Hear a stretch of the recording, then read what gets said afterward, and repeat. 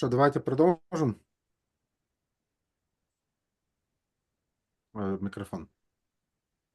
Да.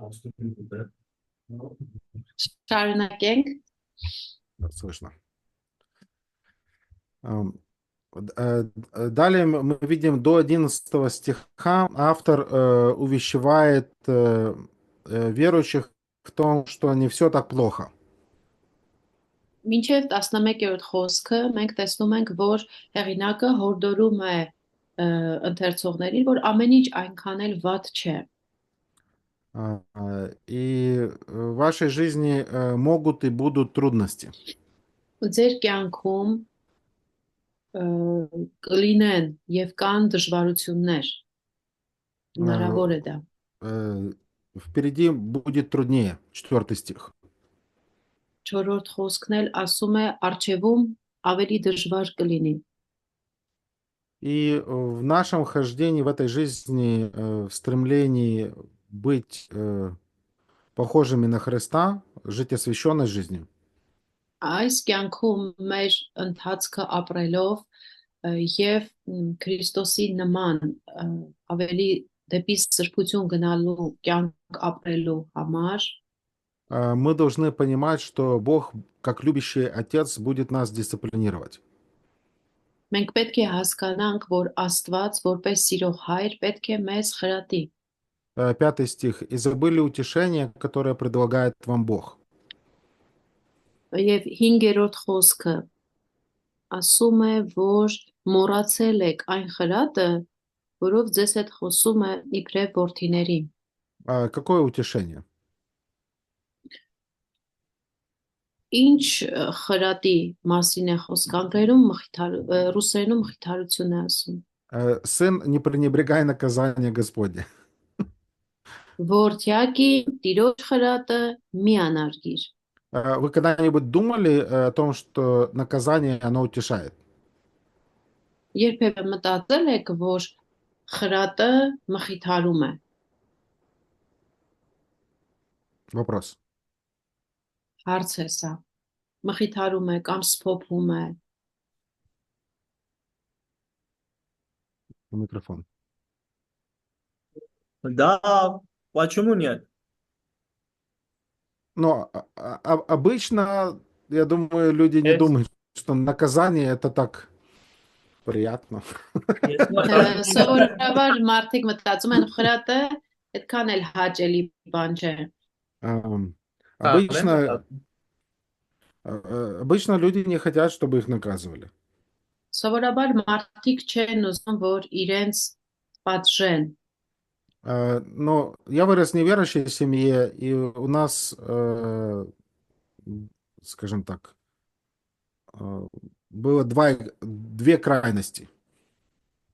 Ասում է ես մեծացել եմ անհավատ ընտանիքում եւ մեզ մոտ երկու ծայրահեղություն կար։ Или это было неправильное какое-то крайнее наказание, Կամ դա լինում էր ոչ ճիշտ ծայրահեղ պատիժ, ну, я знаю, что моего брата старшего и сестер наказывали.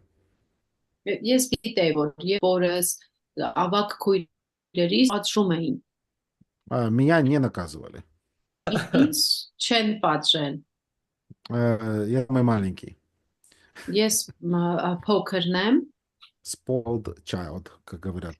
ասում են անգլերենում ասում են երեսառած երեխա կամ Да. կամ որ Но моя сестра иногда наказывала своих детей. բայց քույրս երբեմն պատժում էր իր երեխաներին։ И я помню в детстве себя. Я был очень недоволен тем, что меня не наказывали. Բայց ես ինձ հիշում եմ այդ մանկության տարիներից դժգոհ էի մնում, որ ինձ չեն խրատում կամ պատժում, Потому что я не знал границ, որտեվ ես սահմանները չգիտեի и, следовательно, я себе создавал проблемы в жизни.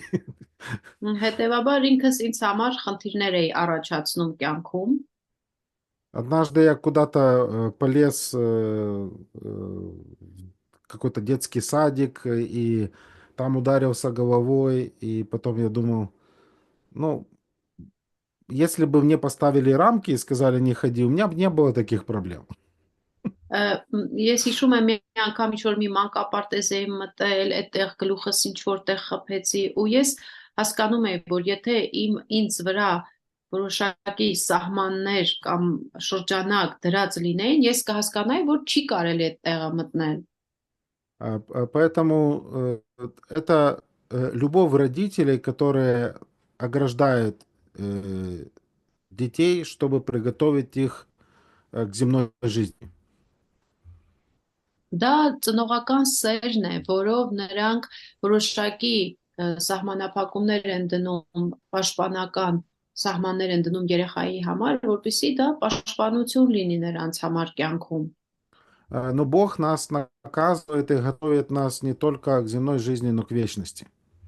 Բայց Աստված մեզ խրատում է պատրաստելով ոչ միայն երկրավոր կյանքի, այլև երկնային կյանքի համար։ И поэтому в 9 стихе написано, нам нужно еще больше повиноваться Отцу Духов.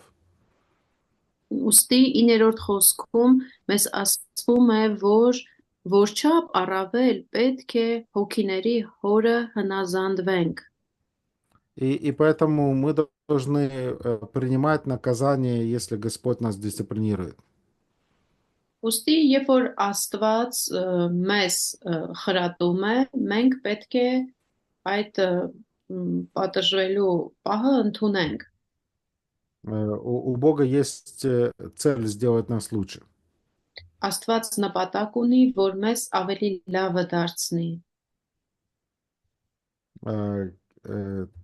Когда мы воспитывали нашего сына маленького, Երբ որ մեր փոքր որդուն էինք մենք այն ժամանակ դաստիարակում, в результате дисциплины он был нам послушен. եւ այդ խրատելու արդյունքում նա հնազանդ էր մեզ։ И поэтому, когда мы, например, выходили на улицу, дорога есть, перекресток, машины ездят, Ուստի երբ որ փողոց էինք դուրս գալիս, այդ ճանապարհը կար խաչմերուկ, որով մեքենաներ էին գնում, он никогда не переходил дорогу без нас. նա ոչ մի անգամ այդ ճանապարհը առանց մեզ չէր անցնում։ Мы не, скажем так, волновались, что он побежал вперед на 50 метров и дальше побежит под машиной. Եվ մենք չէինք անհանգստանում, եթե ինքը ասենք մի 50 մետր առաջ էր անցնում վազելով, մենք չէինք էլ անհանգստանում, որ հիմա էլ կանցնի այդ ճանապարհը մեքենաների վտանգի տակ։ Но я видел других родителей, которые постоянно, ну как, гонялись за детьми. Բայց ես տեսել եմ այլ ծնողների, որ միշտ, ասենք, երեխաների հետևից այդպես վազվզել են։ Но это мы делали для пользы и для жизни в этом мире. Մենք այդ ամեն ինչը արել էինք, որ երեխայի իօգուտ երեխայի եւ այս կյանքի համար պատրաստված լինելու համար։ Но Бог это делает, стих 10, чтобы нам иметь участие в святости Его. Բայց Աստված դա անում է, որպեսզի 10-րդ խոսքում, ինչպես ասվում է, խրատում է մեր օգուտի համար, որպեսզի նրա սրբությանը հաղորդակից լինենք։ Его конечная цель убить нас Иисусу Христу. Նրա վերջնական նպատակը մեզ Հիսուս Քրիստոսի նման դարձնելն է։ Поэтому, если и бывают определенные страдания и нужно платить какую-то цену, нам не следует думать, что Бог нас оставил. Ուստի երբ որ լինում են որոշակի, ասենք, տառապանքներ կամ որոշակի դժվարություններով մենք անցնում, չի մտածել, որ Աստված մեզ թողել է։ Но если в нашей жизни мы не имеем вообще наказания, это такой опасный сигнал. Բայց եթե մեր կյանքում առհասարակ ոչ մի ձևի խրատ մենք չենք ստանում, դա վտանգավոր ազդակ է։ Потому что согласно 8 стиха получается, ну, мы не сыны, незаконные дети. Ուստի համաձայն 8-րդ խոսքի ստացվում է մենք որդի չենք, օրինական զավակ չենք։ С 12 по 17 стихи мы видим призыв духовно укрепиться. 12-ից 17-րդ խոսքերում մենք տեսնում ենք ամրապնդվելու, հաստատվելու կոչ։ И, по сути, 12 глава является пятым, последним предупреждением. Եվ ըստ էության 12-րդ գլուխը հանդիսանում է վերջին եւ 5-րդ նախազգուշացումը։ И снова нам нужно помнить об этом контексте того, что автор обращается ко всему собранию, где есть разные люди. Եվ նորից մեզ պետք է հիշել այդ համատեքստը, որ հեղինակը դիմում է մի լսարանի, որտեղ տարբեր հավատի տարբեր աշխարհ ունեցող մարդիկ են։ Чтобы увидеть Господа, нужно иметь святость, 14 стих.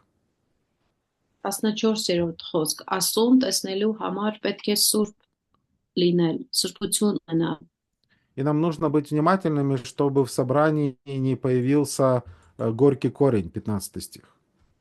Եվ 15-րդ խոսքը պետք է զգուշ լինենք, որ հանկարծ այդ մեր հավաքույթում դառը արմատ չառաջանա։ И это может привести к проблемам в церкви. Դա կարող է եկեղեցում խնդիրներ առաջացնել։ Это будет плохое влияние на других. Դա կարող է վատ ազդեցություն թողնել ուրիշների վրա։ И, к сожалению, в служении иногда имеешь такой горький опыт. Եվ ցավոք ծառայության մեջ ունենում ես այդպիսի դառը փորձ։ Когда в церкви появляется человек, который, по сути, начинает будоражить всю церковь. Երբ որ եկեղեցում հայտնում է մի մարդ, որ ըստ էության կարծես ամբողջ եկեղեցին է խառնում իրար։ Я знаю, что в одной церкви однажды появился человек, Ես գիտեմ, որ մի եկեղեցում մի անգամ հայտնում է մի մարդ,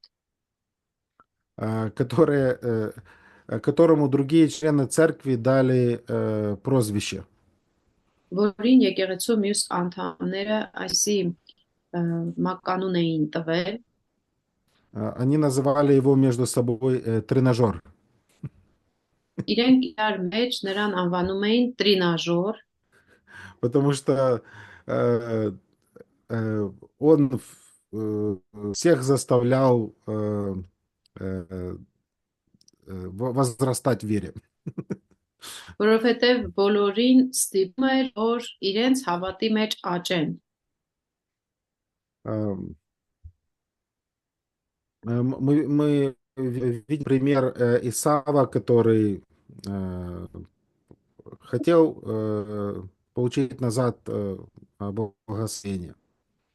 Մենք տեսնում ենք Եսավի օրինակը, որ իր կորցրած օրհնությունը հետո ուզում էր եծանալ։ Поэтому снова нам нужно быть внимательны к жизни церкви.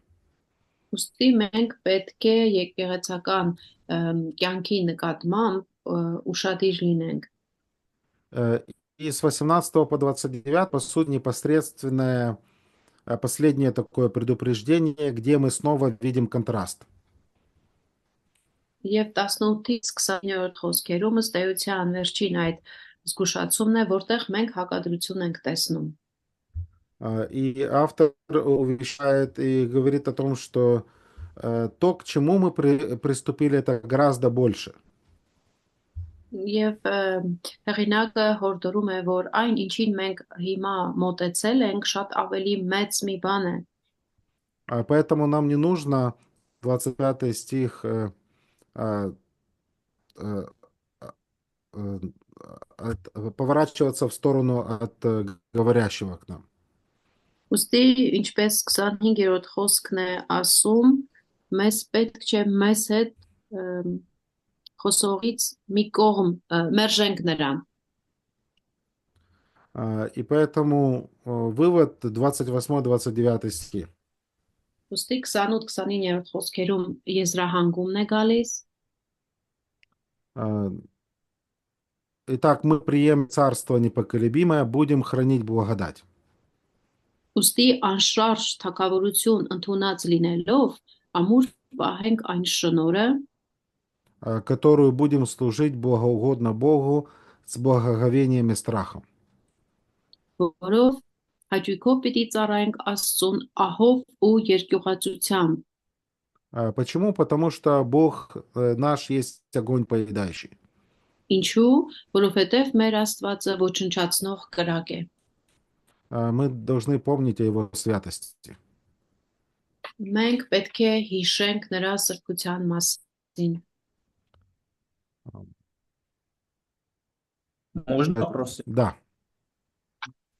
Ну, первый вопрос. Յանա ջան, այս 12-րդ գլխի 4 համարը հարցս հետևյալն էր։ Սա համատեքստի մեջ տեսնում ենք, այս որ գրված է մեղքի դեմ պայքարում, այսինքն սա ցույց է տալիս դժվարությունները, նեղությունները, էլի արստայացելի վիճակը, չէ՞, ոչ թե հենց մեղքը։ Որ ասում եմ մեղքին հակառակ կանգնել։ Հա, հասկացա, որ ասում եմ մեղքին հակառակ կանգնելու, այդ ուզում ես ասած ոչ թե мягкий մասին է խոսքը, այլ дождварությունների.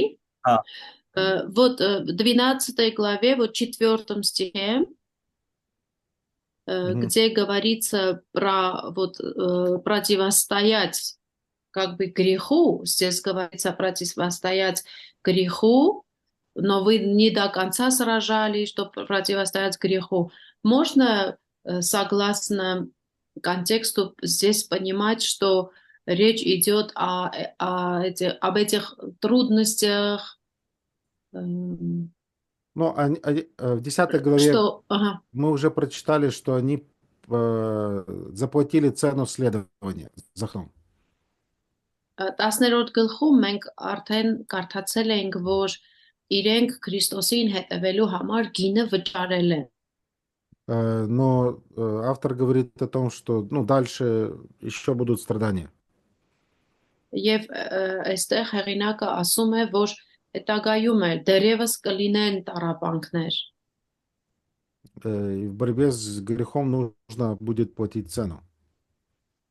Եվ այդ մեղքի դեմ պայքարում հետագայում էլ պետք է լինելու գին վճարել. Ну, как Павел говорит, все желающие жить благочестиво будут что? Պողոսն ասում է, նրանք, ովքեր ուզում են աստվածահաճ բարեպաշտ կյանք վարել, ինչ պետք է լինի նրանց հետ? Да, будут гонимы. Հա? Լավ, հալածանքներ կկրեն. Но здесь в каком грех он подчеркивает? Ну, автор. Ну, там нет, да?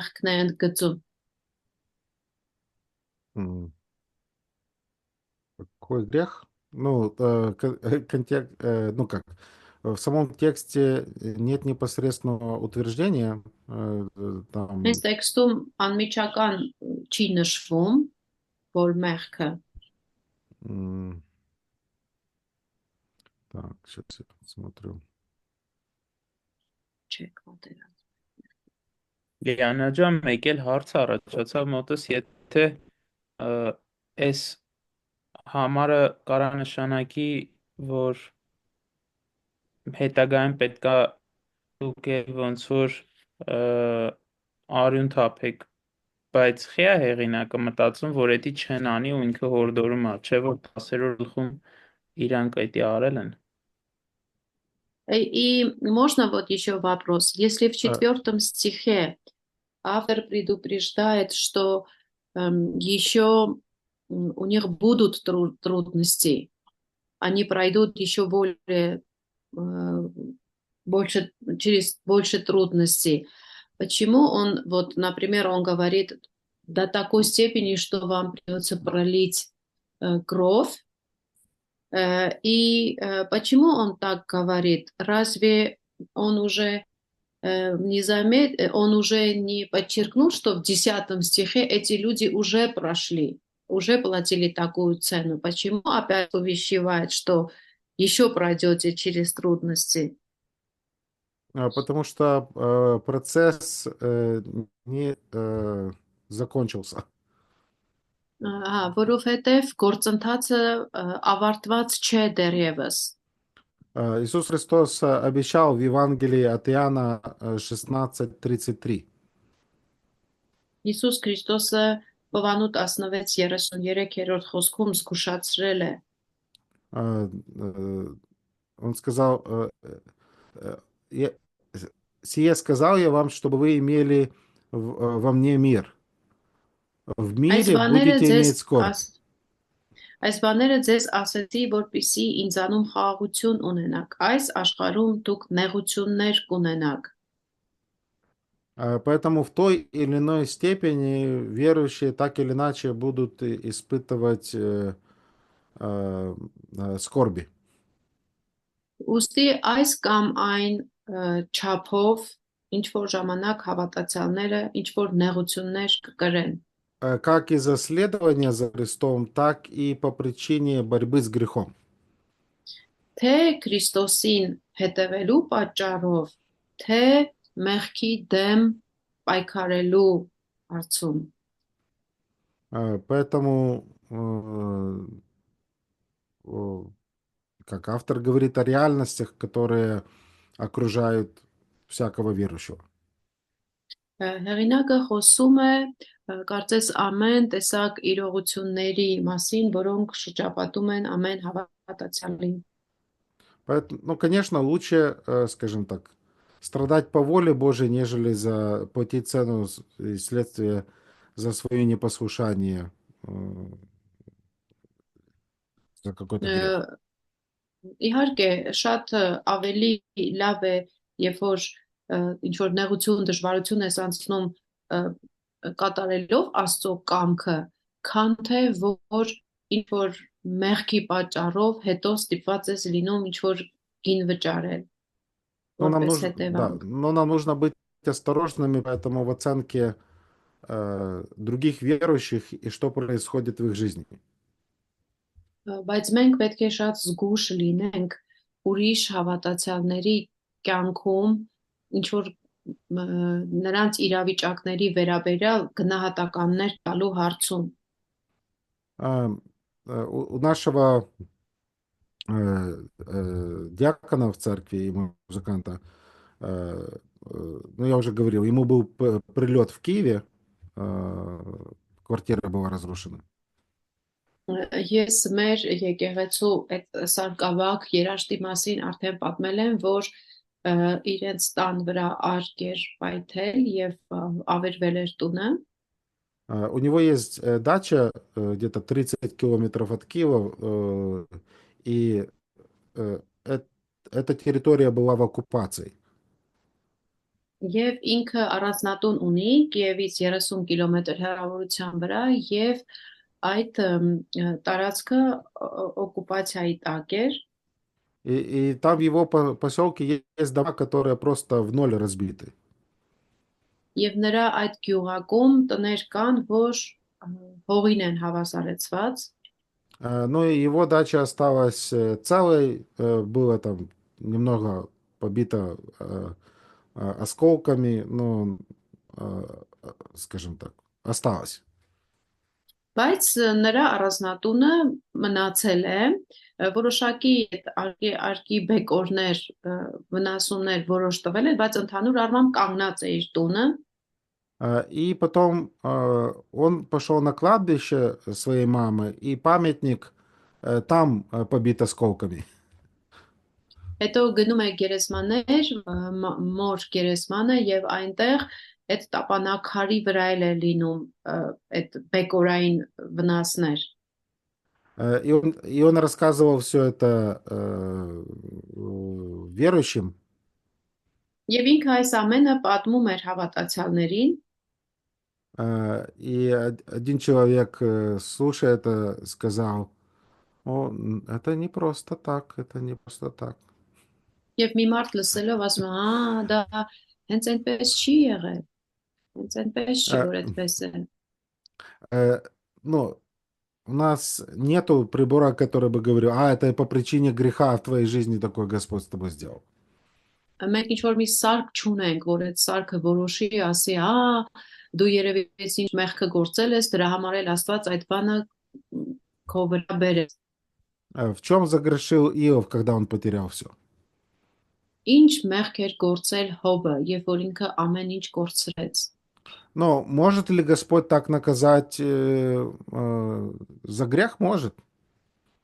Արդյոք Աստված կարող է այդպես պատժել մեղքի համար, կարող է։ Ну, нам нужно просто быть осторожными в нашей оценке того, что происходит. Բայց մենք պետք է շատ զգուշ լինենք կատարվածի մասին գնահատականներ տալիս։ И второй вопрос, да, был, Курсов? Я уже задала вопрос. Да. Խոսով էլի հարցուն էր։ Չէ, Հովնանն էր հարց։ Հովնան, ու Հովնանը вот этот вопрос։ Հենց ես ունեմ հարց, բայց Հովնանը հարց ուներ, ես տենց ընկա արանքում իրականում։ Հովնան ախպերին։ Да, у меня тоже был вопрос, но как Ховнан спросил, я тоже свою. Ховнан, եղբայր դու Брат учился ответил. Хорошо. արդեն պատասխանը։ Բայց ես հարց ունեմ Լիանա ջան, այսինքն այս 4-րդ No, համարում Խոսրովը ես վար։ այս 4-րդ համարի, որ ասում է արյուն թափելու չափ պայքար, ոնց հասկացա դասախոսը նկատի ունի, որ ընթացքը դեռ չի ավարտվել, ու մենք տեսանք ոմանք, որ արդեն դա արել են, արյուն են թափել։ Ճիշտ եմ հասկանում, որ ըստ 12-ի 1-ի, որ փորձենք հասկանալ, այսինքն այդ արյուն թափելը այդ մարդկանց ջանքի գագաթնակետն է, որ այդ մրցավազքի մեջ իրանք դրան մինչև պատրաստ էին, հասան, թափեցին արյուն ու ոնց որ հիմա հեղինակը ասում է, իմացեք, որ այդպիսիների հետ եք մրցում ինչ որ, այսինքն կարա այդպես սա հասկացվի։ Այդպիսիների հետ մրցում, թե իրանց հետ նույն ոնց որ նկատի ունի այդ մրցավազքի մեջ, հա մեջ են ու այդպիսիների հետ են մրցակցում։ Այսինքն ճիշտ է այդպես հասկանալը, որ դուք որ սաղ եք մնացել, իմացեք, որ մրցավազքի մեջ եք ու ոչ միայն մրցավազքի մեջ եք, մի բան էլ ձեր հետ վազողները արյուն են թափել, այսինքն այդ պատկերացրիր։ Вот в 4 стихе, где говорится, что вы не сражались против греха, не сражались до пролития крови. У нас вот дословно, если перевести. Как вы сказали, можно здесь понять, что автор говорит, что те люди, про которых он, чьи имена он уже там вычислил, и говорит, что вот вы еще в процессе, это вас, может быть, ждет такое. И с другой стороны, в 1 стихе, в 12 главе, он отмечает, что вот и то прозвище, которое вы бежите, вот это соревнование, вы должны понимать, что ваше сражение или вы соревнуетесь с теми, которые, смотрите, они пролили кровь. И это как бы кульминация их веры. И поэтому они получили вот то, что как бы награду они получили. И имейте в виду, что вот в этом соревновании есть вот такие люди. И они пролили кровь, ну, как бы сражались, добрались и крови, и вы тоже имеете в виду, что вот есть такое. Можно так понять все это? Что, возможно, вам придется заплатить жизнью за следование за Христом. Այսինքն ասվում է, որ հնարավոր է, որ դուք էլ Քրիստոսին հետևելու պատճառով հարկ լինի, որ արյուն հեղեք, դուք էլ ձեր արյունով վճարեք։ Так? В этом смысле, да? Այտենց խոսրով, որ դուք էլ կարող ա արյուն հեղեք, հնարավոր է։ Այդ միտքն էլ էր խոսրով։ Ոնց որ դա էլ կա, բայց Это тоже в этом. Ну, я думаю, я думаю, мы одинаково смотрим на эти вещи. Ինձ թվում է, որ մենք այս ամենին нույն ձևով ենք նայում, И единственное, что ну, стоит добавить, что это не обязательная гарантия, скажем так. Писание не учит, что все одинаковой степени будут платить цену за следование за Христом.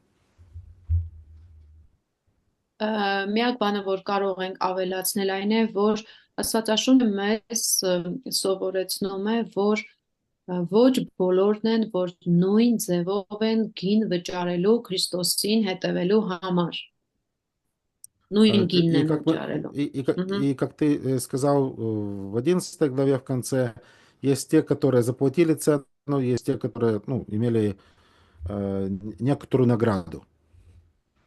Եվ ինչպես ասացիք 11-ի վերջում, ոմանք գինը վճարեցին, ոմանք որոշակի պարգև ստացան, Но так или иначе страдать придется.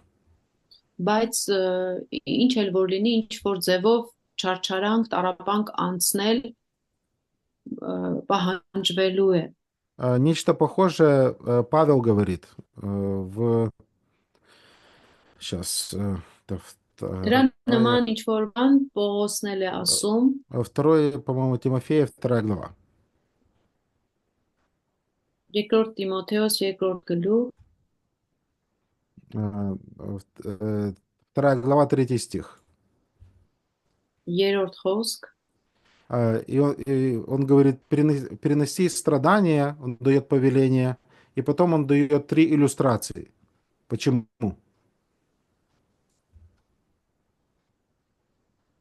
նա ասում է, որ տարապանքները չարչարանակից եղիր եւ հետո 3 օրինակ է բերում թե ինչ ձևերով ինչու Первая иллюстрация это война. առաջին օրինակը զինվորի օրինակն է И цель воина угождать только своему военачальнику. իսկ զինվորականի նպատակը հենց միայն իր զորապետին հաճոյացնելն է И поэтому в желании угодить военачальнику, и для нас это Иисус Христос, իսկ այդ զորապետին հաճոյացնելը եւ նաեւ մեզ համար էլ այդ զորապետը Հիսուս Քրիստոսն է мы будем платить цену страданий. ու այդ ցանկության համար, որ նրան հաճոյացնենք, մենք գին ենք վճարելու։ И как воины мы не должны связывать себя с делами житейскими. Ու որպես զինվորական մենք չպետք է ցաղային գործերով մեզ կապենք։ Вторая иллюстрация это земледелец, 6 стих. Երկրորդ օրինակը 6-րդ խոսքում հողագործն է։ Добрый воин. Так.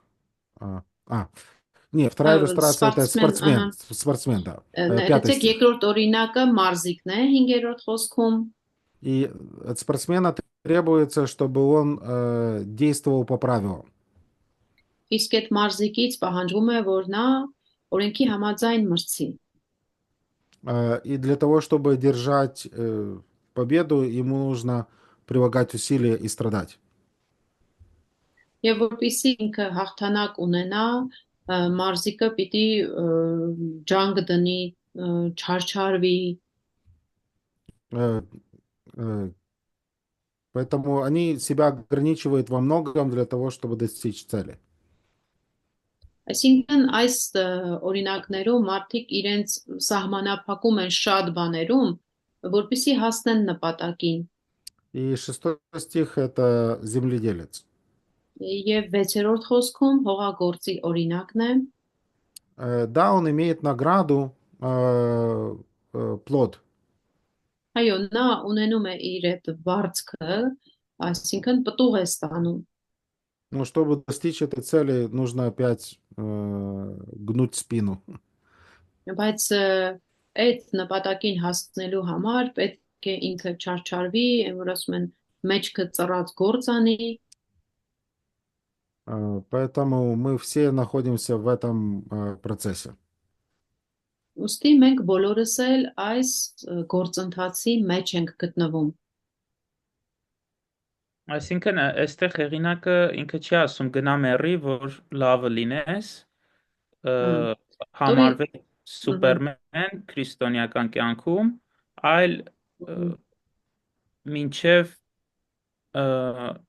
այդ մեռնելու աստիճանի փորձիր ջանք անել, հա։ То есть здесь наш автор говорит, что не старайся умереть ради Христа, чтобы считался как бы суперменом, а просто принимай усилия до конца, борясь против этих трудностей.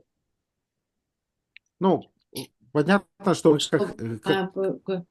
мы как христиане не должны, скажем так, искать смерти, чтобы обязательно, скажем так, физически умереть за Христа. Իհարկե հասկանալի է, որ որպես քրիստոնյաներ պետք չի մենք փնտրենք այդ մահը, որ ֆիզիկապես Քրիստոսի համար մեր կյանքը դնենք մահանալու ձևով։ Но мы должны иметь готовность отдать свою жизнь за Христа. Բայց նաև մեր մեջ պետք է լինի այդ պատրաստակամությունը, որ հարկ եղած дեպքում կյանքն էլ կդնենք Քրիստոսի համար։ И в ежедневной, конечно, жизни, ну, означает постоянно, скажем, умирать для себя, жить для других и Бога. Իսկ առօրյա կյանքում դա նշանակում է մշտապես ինքդ քեզ համար մեռնել եւ ապրել ուրիշների եւ Աստծո համար։ Давайте посмотрим 13 главу. Հիմա եկեք նայենք 13-րդ գլուխը։ Можем разделить на 3 части.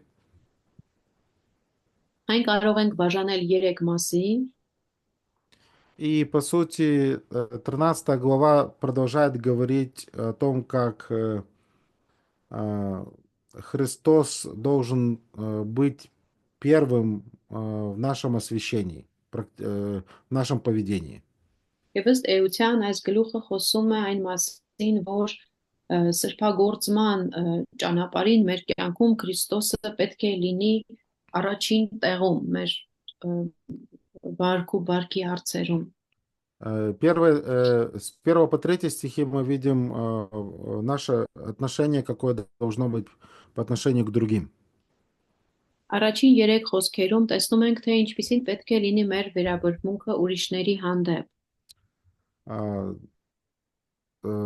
Должно быть братолюбие в церкви. Եկեղեցում պետք է եղբայրասիրություն լինի։ Мы должны не забывать про гостеприимство или страннолюбие. Մենք չպետք է մոռանանք հյուրասիրության կամ օտարներին սիրելու մասին։ И это важная практика, особенно в контексте гонений, которые присутствовали в то время.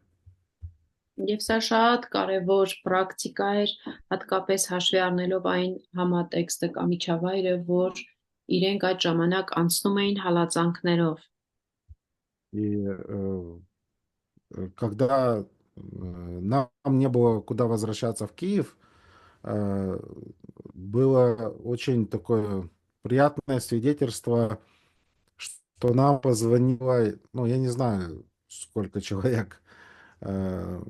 может, больше может 20 или даже больше 20, которые сказали, если негде жить, приходи к нам. Գիտեք, երբ որ մենք Կիև վերադառնալու տեղ չունեինք, շատ հաճելի մի վկայություն եղավ այն, որ շատ մարդիկ նույնիսկ չեմ կարող ասել 20-ից ավել էին թերևս, այդ բոլոր մարդիկ ասում են, եթե մնալու տեղ չունես, արի մեզ հետ մնա։ И, по сути, мы всем первоначально отказали, потому что мы уже жили в доме в другом городе. Եվ ըստ էության մենք բոլորին էլ բոլորի առաջարկն էլ մերժեցինք, որովհետև արդեն մենք մի ուրիշ քաղաքում էինք սկսել ապրելը։ Я думал, ну, мы там так и дальше будем жить, но потом нас попросили оттуда. Ես мտածում էի կշարունակենք այդտեղ այդպես էլ ապրել, բայց հետո մեզ ասացին, որ դուրս գանք։ И, честно сказать, ощущение у меня было не очень, потому что когда все звонили, я всем отказал, а теперь я не знаю, что делать.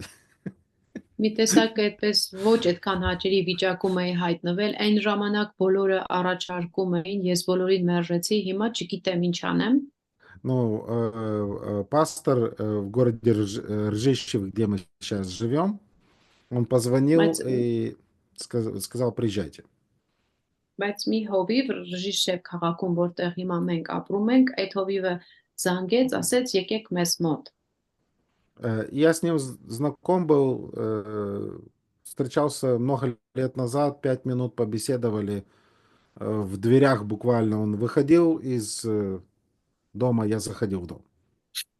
Մենք վաղուց էինք, որ շատ տարիներ առաջ էր, որ ծանոթացել էինք, բայց ընդամենը մի 5 րոպե զրույց էինք ունեցել, այսպես տրան մուտք ու ելքի մոտ, մեկս մտնում ենք, մեկս դուրս գալիս։ И гостеприимство, любовь этой семьи дало нам, знаете, как бы второе дыхание. Եվ գիտեք, այդ ընտանիքի ցուցաբերած հյուրասիրությունն ու սերը կարծես մեզ համար երկրորդ շնչառություն բացեց։ Мы смогли немножко отдохнуть, набраться сил и дальше служить Господу. Մենք կարողացանք փոքր-ինչ հանգստանալ, մեր ուժերը հավաքել եւ շարունակել Տիրոջը ծառայել։ Автор говорит, что вы можете выиграть в лотерею, и ангелы даже придут к вам. Եվ հեղինակն ասում է այդ դեպքում դուք կարծես այդ վիճակահաղի տոմսը կշահեք եւ հրեշտակներն անգամ ձեր տուն կգան։ Но нам нужно служить другим. 3 стих. Помните Մեզ узников? պետք է ուրիշներին ծառայել։ Երրորդ խոսքը ասում է հիշեք բանտարկյալներին։ Мы должны помогать тем, кто находится в трудных обстоятельствах. Մենք պետք է օգնենք նրանց, ովքեր գտնվում են ծանր իրավիճակներում։ С 4 по 9 стихи у нас есть увещевание относительно нашей собственной жизни. Եվ 4-ից 9-րդ խոսքերում հորդորը մեր իսկ կյանքի վերաբերյալ Тех, кто состоит в браке, автор говорит, браку у всех да будет честен. նրանք, ովքեր ամուսնացած են, նրանց համար հեղինակն ասում է, որ թող դա պատվական լինի։ И ложь непорочна, речь идет о половых отношениях. Իսկ եւ ասում ու ամուսնական անկողինը սուրբ լինի, այստեղ խոսում է սեռական մաքրության մասին։ И это все чисто и свято в контексте э, э, того, для чего Бог определил это, для брака. Եվ դա մաքուր եւ սուր է այն բանի համար, որ Աստված նախատեսել, այսինքն ամուսնության համար է դա նախատեսված։ Но неправильное использование половых отношений, блуд, прелюбодеяние, Бог будет судить за это. Мы знаем. Բայց սեռական անմաքրության դեպքում, ասենք շնությունը, պոռնկությունը, Աստված դրանք պիտի պատժի դատի։ С этим стихом у меня есть э, э,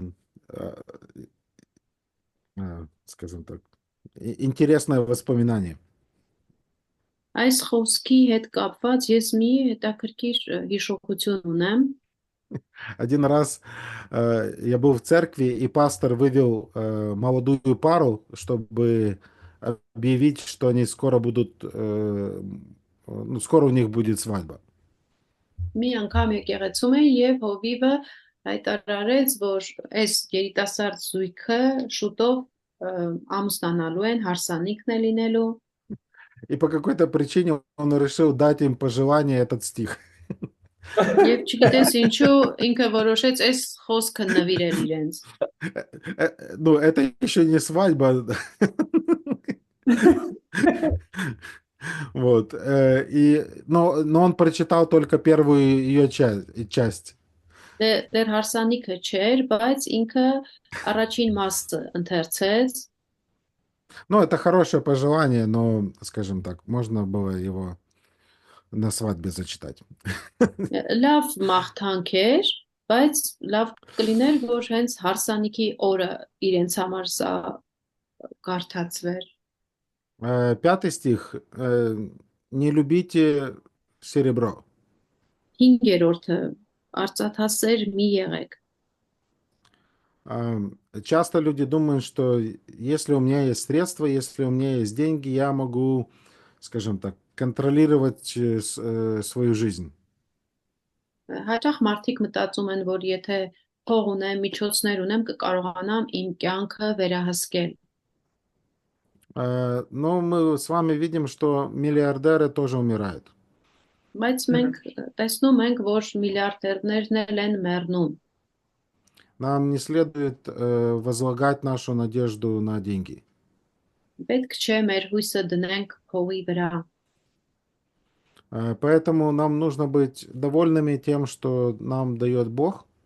Ուստի պետք է բավարարված լինենք նրանով, ինչ որ Աստված մեզ տալիս է։ И мы видим гарантию того, что Бог будет заботиться о нас. Եվ մենք տեսնում ենք երաշխիքն այն բանի, որ Աստված կհոգա մեզ համար։ Бог говорит, я тебя не оставлю и не покину. Աստված ասում է ես քեզ չեմ թողնի եւ չեմ լքի։ Поэтому мы видим Божью верность, и Он нас выбрал, спас, оправдал и будет вести до конца. Մենք տեսնում ենք Աստծո հավատարմությունը, նա մեզ ընտրել է, փրկել է, արդարացրել է եւ մինչեւ վերջ կտանի մեզ։ И мы уверены в Боге не только в отношении спасения, но даже Его заботы относительно наших нужд.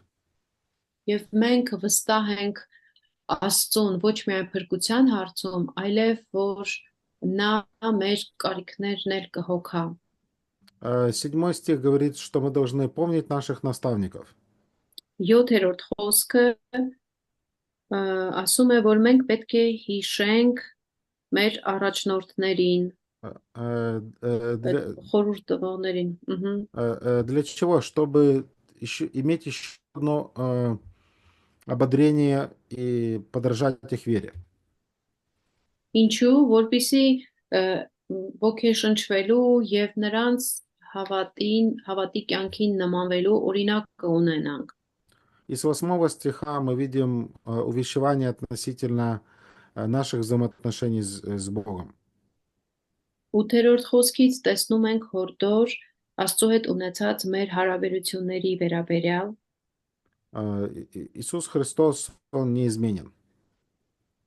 Հիսուս Քրիստոսը անփոփոխ է։ И поэтому снова мы можем иметь твердую веру, потому что в Божьих обещаниях у него нет как есть фраза такая, 7 пятниц на неделе.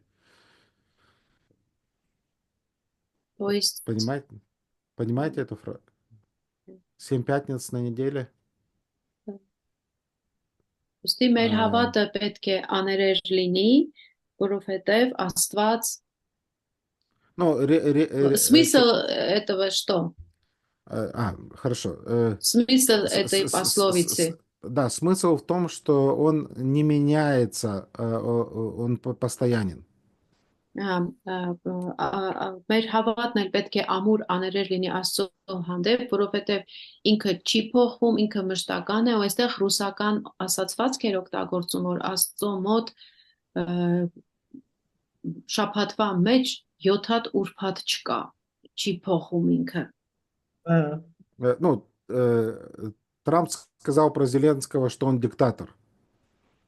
Այսպես Զելենսկու մասին Տրամպը ասաց, որ նա դիկտատոր է։ А через несколько дней журналист спрашивает его, что вы скажете про то, что вы сказали? Մի քանի օր հետո լրագրողը նրան հարցնում է. Ձեր ասացի վերաբերյալ ինչ կասեք։ И он посмотрел, говорит, я-то говорил? Նայում ասում է, ես էլի բան ասել եմ։ У нас тоже есть такой. Да, поэтому, ну, на Библии написано, что все люди лжецы, ну, кроме Христа, разумеется. Աստվածաշունչն ասում է, որ բոլոր մարդիկ ստախոս խաբեբային, իհարկե բացի Քրիստոսից։ Но Христос неизменен в своем характере, в своих обещаниях. Հիսուսը անփոփոխ է իր բնավորությամբ եւ իր խոստումներով։ 9 стих нам не следует увлекаться разными учениями. 9-րդ խոսքն ասում է, որ տեսակ ուսմունքներով չտարվենք։ Нам лучше укреплять благодатью наши сердца. Եվ ասում է, ավելի լավ է, որ մեր սիրտը շնորհով հաստատվի։ Конечно, если Бог призывает вас проповедовать Евангелие, защищать Евангелие, иногда нужно знать, что учат разного рода лжеучителя, чтобы ответить на их утверждения. Երբ որ Աստված ձեզ կանչում է քարոզել եւ պաշտպանել ավետարանը, երբեմն պետք է լինելու, որ դուք ծանոթ լինեք կամ տեղյակ լինեք կեղծ ուսմունքներին, որպեսզի կարողանաք այդ մասին խոսել ու պաշտպանել ավետարանը։ Но чтобы отличить истину от лжи, мне не нужно стать специалистом во лжи. Որպեսզի ես ճշմարտությունը կեղծիքից զանազանեմ, ինձ պետք չի այդ ստի կամ կեղծիքի մասնագետը դառնամ։ Мне нужно быть специалистом в истине. Ինձ պետք է ճշմարտության մեջ մասնագետ լինեմ։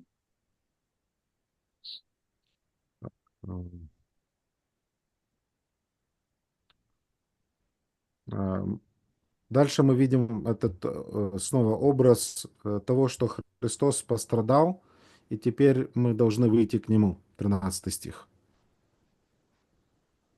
Եվ հետագայում նորից 12-րդ խոսքում տեսնում ենք, որ Քրիստոսն էլ չարչարվեց, ուստի մենք պետք է դռնից դուրս չարչարվեց, ուրեմն մենք պետք է բանակատեղից գնանք նրա մոտ։ И в 14 стихе мы видим, что подобно Аврааму, который искал будущего города, 14-րդ խոսքում տեսնում ենք, որ ինչպես Աբրահամը, որ փնտրում էր այդ ապագայի քաղաքը, также и мы не имеем здесь постоянного города. մենք էլ նրա նման այստեղ մեկ մշտական քաղաք չունենք։ Поэтому мы ищем будущего. Ուստի մենք փնտրում ենք այդ ապագայինը։ И пока мы находимся в этом путешествии, 15 стих, будем приносить Богу жертвы хвалы.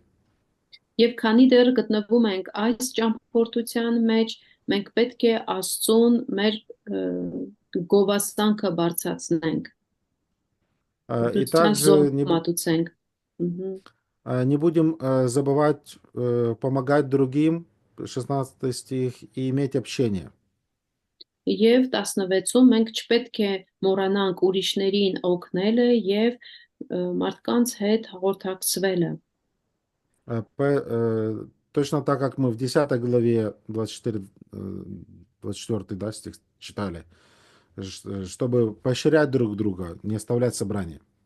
Ճիշտ նույն ձևով, որ ընթերցեցինք 10:24-ում, մենք մեկտեղ հավաքվելը չմոռանանք, որպեսզի իրար քաջալերենք։ 17 стих говорит о том, что следует повиноваться наставникам.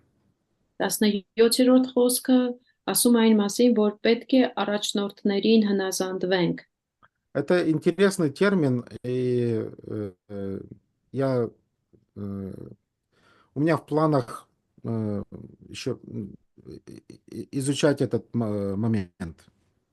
Հետաքրքիր արտահայտություն է այստեղ օգտագործված եւ ես ծրագրած ունեմ, որ սա ուսումնասիրեմ։ Ну, мой взгляд, это еще один термин, который определяет пасторов. Կարծում եմ, որ սա եւս մի եզրույթ է, որ բնորոշում է հովիվներին։ Обычно говорят, что есть три термина, которые указывают на пасторское служение. Սովորաբար ասում են, որ հովվական ծառայությունը մատնանշող 3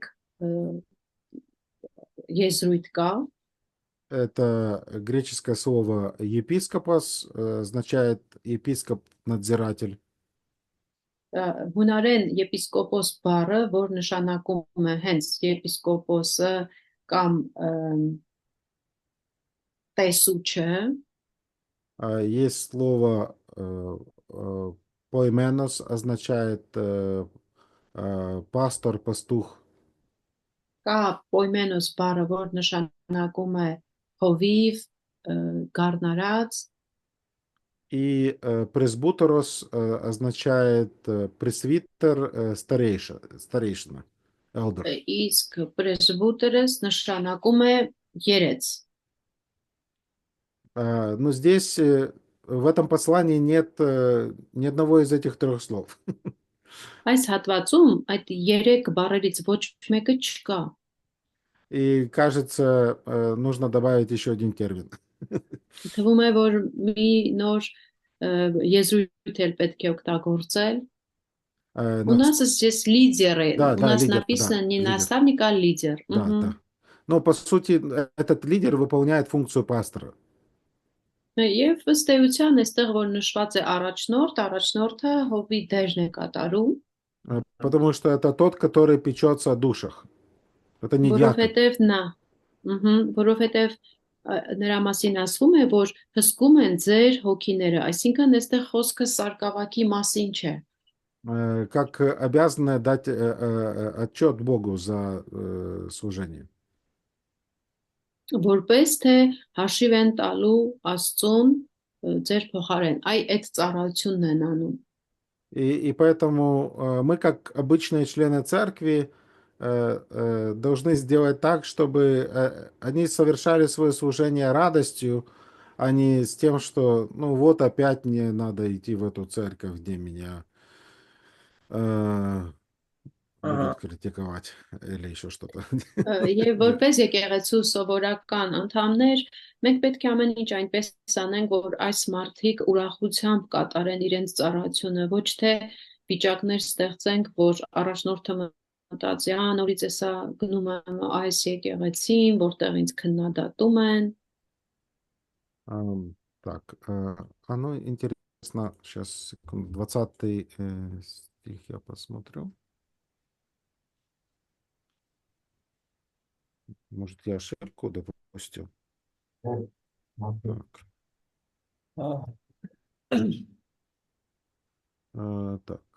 13, 20.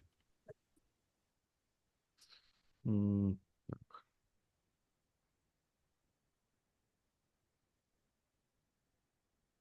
Да, слово пастор, ну, по отношению к Иисусу Христу используется. Я неправильно сказал. Այդ հովիվ բառը Հիսուս Քրիստոսի համար է օգտագործված։ Այնտեղ Но автор по Իշ- отношению к руководству церкви не использует слово пастор. В этом э, будет правильно сказать. Так. Как? Ну, раньше я сказал, Наш что текст. автор вообще не использует слово Ага. пастор и пастух или еще что-то. Но в 20 Ага. стихе, Ես да, есть слово, но оно Мгм. не по отношению к руководству церкви, по отношению к Христу. Իսկ Ես կարելի է ասացի, որ 17-ում չի օգտագործված հովիվ բառը, հենց այդպես տերմինը, բայց արդեն 20-րդ խոսքում օգտագործվում է հովիվ բառը, բայց արդեն Քրիստոսի մասին է հովիվ ասվածը։ А, Դիանա ջան,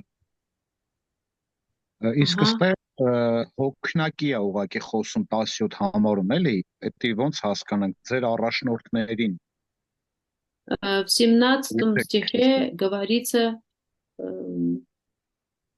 лидером, Мгм. повинуйтесь вашим лидерам в множественном числе. Да. Почему так говорится?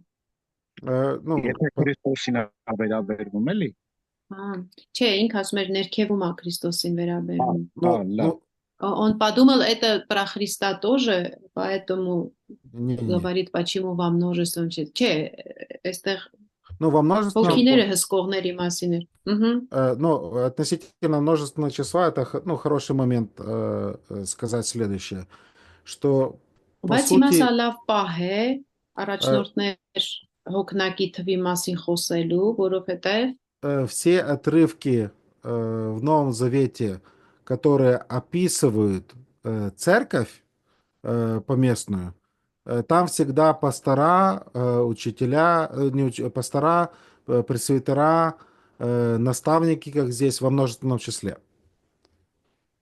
որովհետև Աստվածաշնչում էլի տեղական եկեղեցում վերաբերվող շատ հատվածներում հիմնականում օգտագործում է հովիվներ, երեցներ եւ նորից այստեղի նման առաջնորդներ, հոգնակի թվով И ուսուցիչներ, поэтому я нахожу это основанием для утверждения тому, что в церкви должно быть несколько пасторов, а не один. Եվ ես սա հիմք եմ համարում այն բանի, որ եկեղեցում լավ կլինի, որ մի քանի հովիվներ լինեն, ոչ թե միայն մեկը։ Это гораздо лучше, и можно избежать многих проблем. Եվ դա շատ ավելի լավ է եւ կարելի է շատ խնդիրներից խուսափել։ Но, к сожалению, не всегда так получается. Ցավոք միշտ չէ, որ այդպես անելը ստացվում է։ К сожалению, когда началось полномасштабное наступление, многие церкви потеряли пасторов. Ցավոք սրտի, երբ որ այս լայնածավալ արձակումը սկսվեց, շատ եկեղեցիներ կորցրեցին հովիվներին։ Умерли, да, они? Они уехали за границу. Ես էլ հարցնում եմ, մահացան, ասում է, չէ, արտասահման գնացին։ И сейчас недостаток. Եվ հիմա պակաս կա հովիվների։ Ну, слава Богу, что есть новое поколение, есть другие братья, которые взяли инициативу и продолжили служение. Բայց փառք Աստծո, որ նոր սերունդը կա եւ կային եղբայրներ, որոնք նախաձեռնեցին եւ ծառայությունը կատարեցին։ Ну, сейчас я пастор 2 церквей. Հիմա ես երկու եկեղեցու հովություն եմ անում։ И вторая церковь, которую мне пришлось взять, там еще до полномасштабного наступления пастор умер от сердечного приступа. Երկրորդ եկեղեցին, որ ես ստիպված էի վերցնելու, նախքան այդ լայնամասշտաբ հարձակումը հովիվը սրտի կաթվածից մահացել էր, Но человек, который отвечал за эту церковь, он меня спросил, буду ли я еще оставаться в городе. Я сказал да, и через 2 дня он уехал, передал ключи мне от церкви.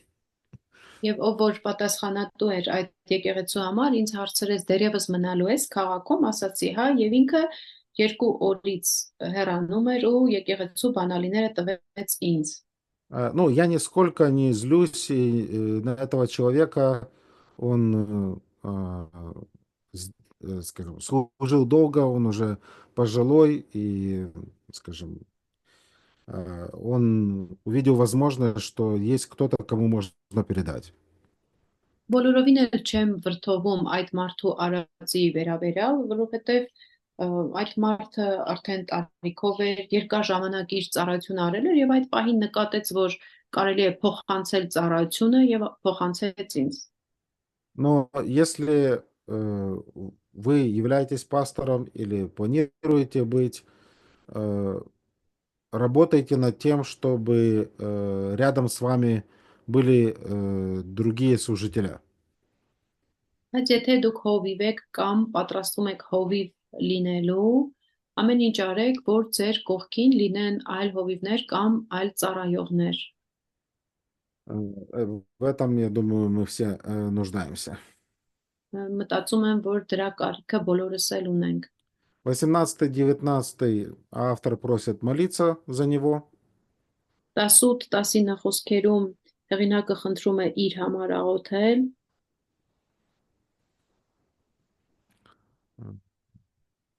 И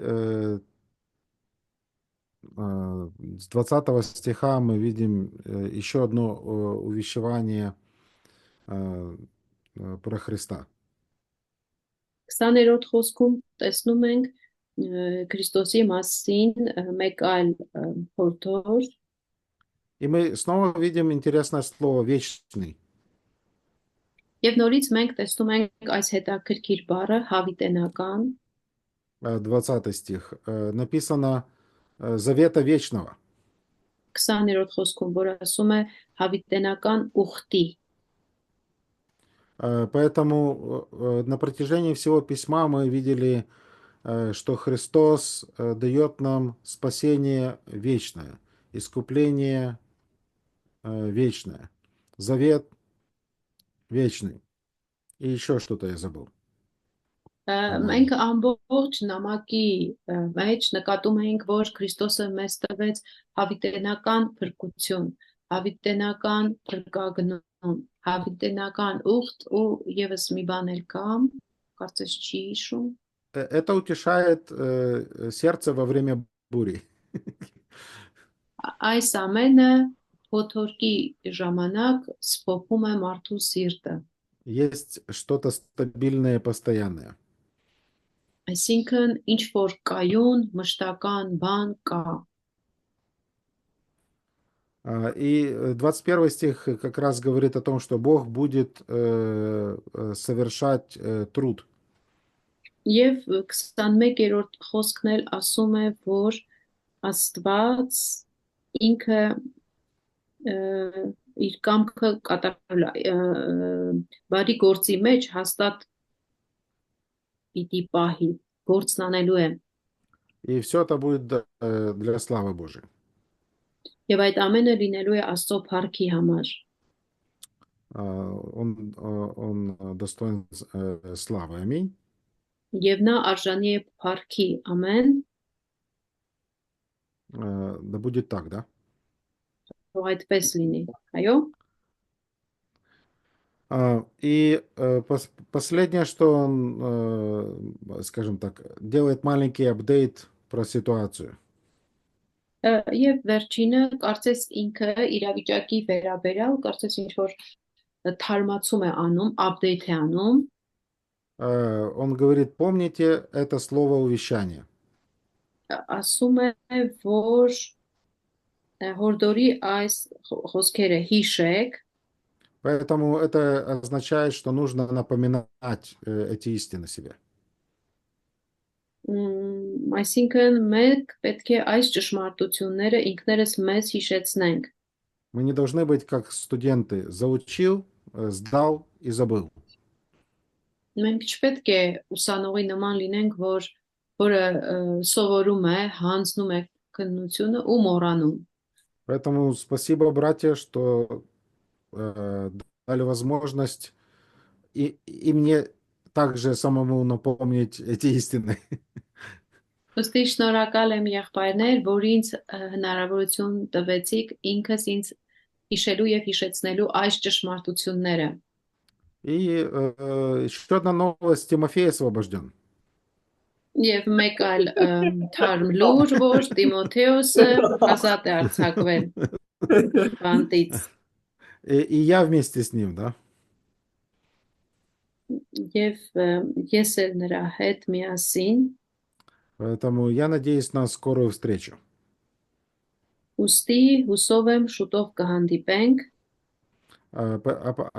Пока приветствуйте всех наставников ваших и всех святых. Իսկ մինչ այդ ողջունեք ձեր բոլոր առաջնորդներին ու բոլոր սրբերին։ И вам передают привет итальянские.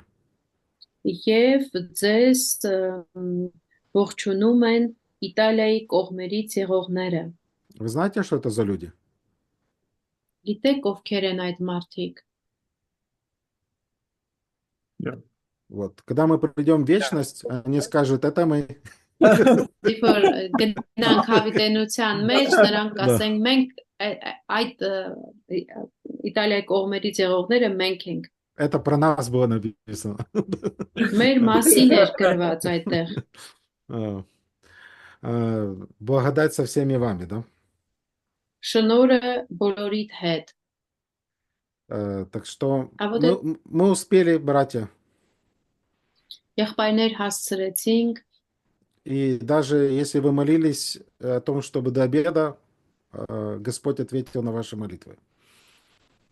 ուստի եթե դուք աղոթել եք, որ մինչև ճաշի ժամանակը ավարտենք, Աստված պատասխանեց ձեր աղոթքին։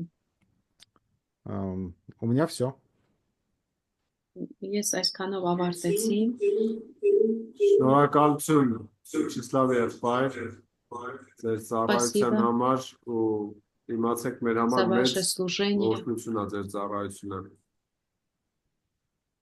И знаете, что ваше служение – это для нас такое великое благословение. Ну, для меня тоже радость и благословение вокруг слова собираться. Ինձ համար էլ մեծ ուրախություն եւ օրհնություն է, երբ որ հավաքվում ենք խոսքի շուրջը։ Այո։ Դրանոջա մի հատ հարց ունեմ։ Խոսրով ջան, ախր ես զարմանում եմ, որ դու հարց չունես։ Мы делаем У фото. Խոսրովը есть вопрос, у Խոսրովը есть Да. вопрос։ Давай. Այս 18-րդ համարի կամենում եք ամեն բանի մեջ ուղիղ ապրել, էդի խղճի հետ կապ ունի, այսինքն անմիջապես ուզում եմ հասկանամ վերևում 17-ում ասում է լսեցեք ձեր առաջնորդներին, հնազանդ եղեք, հետո ասում է 18-ում աղոթեցեք մեզ համար, այսինքն այս եբրայեցիս թղթի հեղինակը ինքը ոնց հասկանում եմ առաջնորդը, հա, ուզում ասի հենց այս համայնքի համար, ու հետո ասում է աղոթեցեք մեզ համար, քանի որ համոզված ենք, որ բարի խիղճ ունեք եւ կամենում եք ամեն բանի մեջ ուղիղ ապրել, այսինքն 17-18-րդ համարները իրար հետ sense կապված համարներ որպես իմ հարցը հետեւյալն է, եթե 17-ում ասում է լսեցեք ձեր առաջնորդներին, հետո 18-ում ասում է համոզված ենք, որ բարի խիղճ ունեք եւ կամենում եք ուղիղ ապրել, այսինքն լսելով առաջնորդին եւ ուղիղ ապրելով մենք ունենում ենք այդ բարի խիղճը, հա, կարա տենց ինչ-որ կապ լինի, և դա չլինելու դեպքում էլ չլսելով, այսինքն խղճմտանքի ոնց որ օրինակ Տիմոթեոսում ասում է խղճմտանքը իրանց կեղտոտում են, էլի, ու էդի տանում է նավաբեկության, կարա տենց կապ լինի ստեղ, լսելու ու չլսելու մեջ։ Խոսրով, բայց քո մոդելա չէ թարգմանությունը այս ձև, որ ասում է աղոթեք, որովհետև համոզված ենք, որ բարի խիղճ ունենք, ցանկանալով ամեն բանում բարի ընթացք վարել։ Մենքի մասին, չէ՞, այդ ձևա չէ քեզ մոդել։ Հələ մի րոպե, 18 նայի մեզ համար աղոթեցեք, որովհետև համոզված ենք, որ բարի խիղճ ունենք, ցանկանալով ամեն բանում բարի ընթացք վարել։ Դու ուզում ես նայ, ես հարցը առայժմ թարգմանեմ։ Вот չէ, 17-ի լավ ասեցիր, էդի իրականում չէի նկատել։ Էդ ինքը ոնց որ արդեն փոխեց, էլի, կարելի է ասել։ Դե ինքը իրանց մասին, որ ասում է, դրա համար եմ ասում։ Окей, князь, лав. Но суть вопроса был в том, что вот 17 и 18 стих, тут мы читаем, что повелевает, что вот послушайте наставника, и потом он продолжает в 18 стихе, он говорит, и молитесь за нас, потому что мы уверены, что у нас есть вот эта чистая совесть, потому что мы стараемся во всем иметь вот как бы благую, как продолжать доброе совершать. У него был вот этот вопрос, что когда он говорит для нас тоже, можно понять, что он среди этих лидеров, да, этой церкви. Он, да, руководители. Он тоже сначала говорит, для ваших лидеров молитесь, а потом молитесь и за нас, потому что мы уверены, что у нас чистая совесть. Он говорит, так как там говорится, повинуйтесь, а мы, и у нас чистая совесть, можно понять, что если повиноваться наставникам, лидерам, у нас тоже будет этот шанс сохранить наши совести чистыми. Потому что там Тимофея говорится, что многие люди, не сохранив свою совесть чистыми, они как бы идут к сокрушению. Да. Yes, shipwreck. Но просто потом мы почитали, у меня в переводе здесь говорится, что молитесь за нас, потому что мы уверены, что наша совесть чистая. Вот он про вот нас говорит. Ну, я думаю, тут как два вопроса. Относительно нас как наставников и нас как всех верующих, да? Կարծում եմ, այստեղ երկու հարց է, որ մեկը մեզ ասածը վերաբերում են թե առաջնորդներին, թե մյուս բոլոր հավատացյալներին. Ну, определенно автор имел влияние и учил и наставляет собрание как лидер, наставник. Հստակ է, որ այս հեղինակը որոշակի ազդեցություն ունի, որովհետև այս հավաքված ժողովրդին ինքը սովորեցնում է. Ну, мне Իրեն нужно... տրվել է այդ հնարավորությունը. Ну, я не задавался этим вопросом, мне нужно исследовать, но я думаю, такая точка зрения, так скажем так, имеет право на жизнь. Բայց կարծում եմ այդպիսի տեսանկյունը, որ հարցը տվեցիք, իրավունք ունի գոյություն ունենալու. Ну, потому что всегда мы должны давать предпочтение ближнему контексту. Որովհետև մենք միշտ պետք է առավելությունը տանք ավելի մոտիկ գտնվող համատեքստին. Если речь идет о лидерах и наставниках также в 18 стихе, Եթե 18-րդ խոսքում եւս խոսքը գնում է առաջնորդների, ղեկավարների մասին, Ну, тогда понятно, что автор говорит о том, чтобы прежде всего они молились, чтобы они сохраняли себя чистыми в совести. Ապա այս դեպքում հստակ է, որ հեղինակը խնդրում է իրենց համար աղոթեն, որպեսզի իրենք շարունակեն մաքուր խիղճ ունենալ, դրա մեջ մնան, Но նրանց нам, աղոթքների շնորհիվ։ но даже если это и так, нам не нужно расстраиваться и думать, что Бог не ожидает от нас того, чтобы мы также сохраняли чистую совесть. Так, Но если даже Иши. 18 стих говорит о совести руководителей, Եթե նույնիսկ 18-րդ խոսքը առաջնորդների կամ ղեկավարների խղճի մասին է խոսում, это не означает, что Бог не ожидает от нас также, чтобы мы сохраняли Ահա, чистую совесть. դա չի նշանակում, որ Աստված մեզնից նույն սպասումը չունի։ Այնպես չի, որ միայն առաջնորդի մաքուր խղճի մասին է խոսում, այլ մենք եւս պիտի մեր խիղճը մաքուր պահենք։ Ну, по крайней мере, по двум причинам. Թերևս հենց երկու պատճառով։ Ну, одна причина, лидер, он подает пример собранию. Պատճառներից մեկ այն է, որ առաջնորդը ժողովրդին օրինակ է տալիս։ И, следовательно, обычно члены церкви будут повторять то, что делают руководители.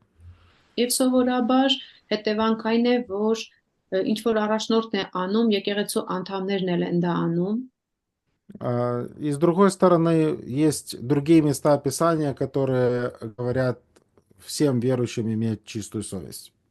Մյուս կողմից էլ ուրիշ սուրբգրային հատվածներ էլ կան, որ բոլոր հավատացյալներին են ասում, որ իրենք մաքուր խիղճ ունենան։ Ну, 1 Петра 3 глава, имейте добрую совесть. Առաջին Պետրոս 3-րդ գլխում ասում է բարի խիղճ ունեցեք։ Поэтому, я не знаю, помогает это? Չգիտեմ Помогает. սա օգտակար էր թե ոչ։ Հա, օգտակար է իրականում։ Զուտ ես այդ Դա մի տառը չէի տեսել ու արդեն հավատացյալներին է էլի վերագրում այդ խղճմտանքի բառը։ он не заметил вот одну Այսինքն букву на եկեղեցու армянском, պատրախողներին էլի։ и он подумал, что это про людей, которые ходят в церковь. Мгм. Но не будем расстраиваться. Герменевтика помогает. Չխրենք հերմենևտիկան օգնում է մեզ։ Да. Կակել։ Յանա ջան, ես էլ եմ շնորհակալ Ահա. հաստատոսից շատ։ Я тоже благодарен, спасибо вам. Արք եմ տալիս Աստծուն իր համար, աղոթում եմ իր համար։ Слава Богу за вас, я молюсь за вас. Եվ այս թղթի միջոցով ուզում եմ ասեմ, որ Հիսուսին ավելի շատ սիրեցի։ Я хочу сказать, вот, что через это послание я начал любить Христа больше и больше. Ну, Վստահ եմ, слава այս Богу. ասելով դարձավսը չի մտածում, որ քիչ էի սիրում։ Я уверен, что так сказав, вы не подумайте, что я мало любил Христа. Но это как в семье. Когда люди поженились, и они первый год говорят, мы так любим сильно. Мы так любим сильно. Դա նման է նրան, որ մարդիկ նոր ամուսնանում են, առաջին տարին ասում են շատ ենք սիրում, ուժեղ սիրում ենք, Через 20 лет смотрят назад, разве мы так любили? Это почти ничего. բայց 20 տարի անց հետ են նայում, ասում են բայց այն ժամանակվա սերն ու հիմիկվանը նույնը չի, համեմատած այն ժամանակվա սիրո, նա ոնց որ ոչ մի бан լինի մեր այսօրվա ունեցած սիրո հետ։ И это хорошо, что наша любовь ко Христу все больше возрастает. Ու դա լավ բան է, որ Քրիստոսի հանդեպ ունեցած մեր սերը գնալով ավելի է մեծանում։ Еще один и все. Нам фотографию нужно сделать. Պատոն ֆոտոգրաֆ Նկարվենք, հա։ հոգևոր աշխարհում ընդունված է մի քանի հոգևոր գիգանտների անուն տալ եւ դրանցից մեկը MacArthur-ն է, Piper-ն է, Մյուսյանուն ինչա։ MacArthur-ը, Piper Духовном мире очень принято иногда давать эти имена каких-то, ну, духовных этих великанов, как МакАртур или Пайпер. Բայց ես իրանց անունը չեմ տալիս, ես իմ դասախոսի անունն եմ տալի, ասում եմ իմ дасախոսը այսպես է ասում։ Но я не цитирую ихние вот как бы учения. Я всегда говорю, вот мой преподаватель вот так говорит. Եվ անգամ իմ քարոզների մեջ եմ իմ դասախոսի մեջ վերումները օգտագործում։ Даже в моих проповедях я употребляю или цитирую то, что мой преподаватель учит меня. Я еще живой, не надо меня вешать в зал славы. Ես ասում ողջ եմ, ինձ պետք չի տանել դնել այդ парքի սրահում. Поэтому, как говорят, ну, мы участвуем в этой эстафете, мы только передаем истину. Поэтому... Ինչպես ասում են, մենք մասնակիցն ենք այս էստաֆետայի, մենք ուղղակի ճշմարտություն ենք փոխանցում։ Слава Богу, что у нас есть Слово Божие.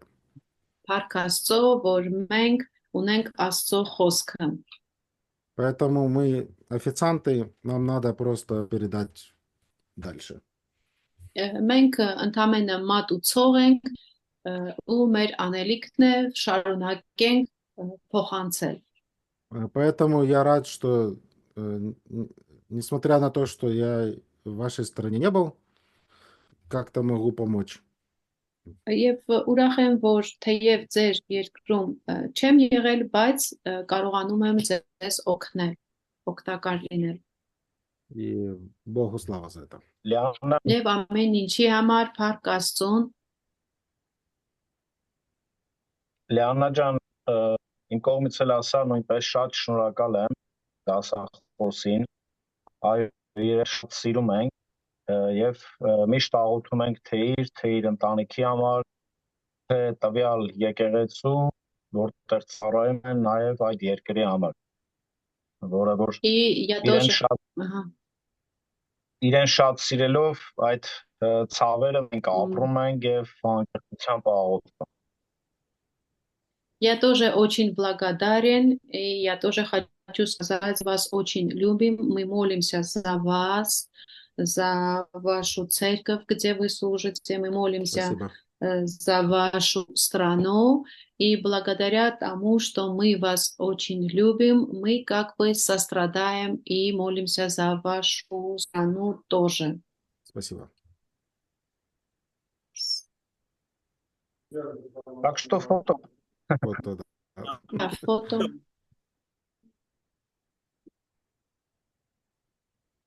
Сейчас, секунду. Братислав. Да. Можно, чтобы Хайк помолился? Да, конечно. И потом можем сфоткаться. Да, можем. Да, Խոսրով, եթե արմարա կամերատ միացնես, անջատացա, չէ՞ զապիսը դա։